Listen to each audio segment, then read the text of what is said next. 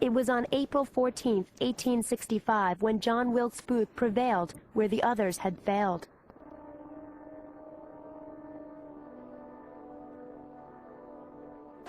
But did Booth and his conspirators, most of whom were hung for their complicity in the plot, act independently?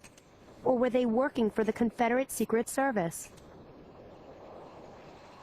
I believe that John Wilkes Booth was a willing vessel for the Confederate government to use because of his animosity, his anger, his frustration as to the conduct of the war, his hatred of Abraham Lincoln.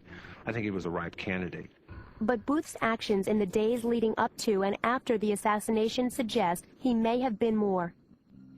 We do know that the Confederate government did support and help Booth. The places that were available to him to hide and plan, the people that he knew, these were all people associated with the Confederate government.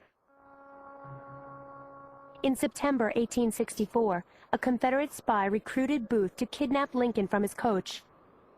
Only a change in Lincoln's schedule frustrated their plot. Between October 1864 and April 1865, Booth met at least 5 times with Confederate agents as far north as Montreal. Each stop on his escape route was a rebel safe house. It was 2 weeks before Booth was finally shot by a Union soldier in a barn in Virginia. We may never know if Booth was working for the Confederates. But the evidence suggests that his act at Ford's Theater extended past his small circle of co-conspirators. By that time, the Civil War had ended and the Confederacy had surrendered. Lincoln's defense of the Union had prevailed. But what would have happened if Lincoln had died before the end of the war? How would the destiny of America have changed? His death clearly would have led to the dissolution of the Union war effort. Virtually every family in the country has been affected to this point. They have lost husbands, fathers, sons.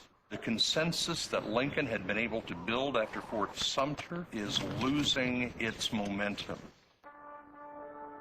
Without Lincoln's passionate defense of the Union, Northern leaders may have tired of the bloodshed.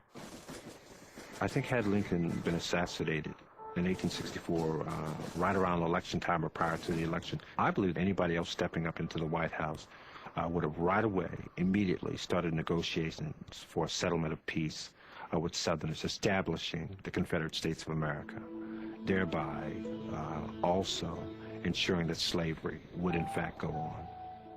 The Confederate secession would have had implications far beyond American slavery. That would have established a precedent for secession, for the establishment of a separate nation, and that would probably have meant the eventual balkanization of the United States. What we know today as the United States might have looked like Europe, a continent of separate independent nations. That would have prevented the development of the very powerful economic and ultimately military power that the United States became. The conclusion may be speculative, but the reality is that Lincoln's survival to the end of the war determined modern America. And an earlier Confederate success in killing Abraham Lincoln would have created a very different world. Lincoln brought us all together. We are one nation today because he had the courage to do that. His fierce defense of the Union remains his legacy.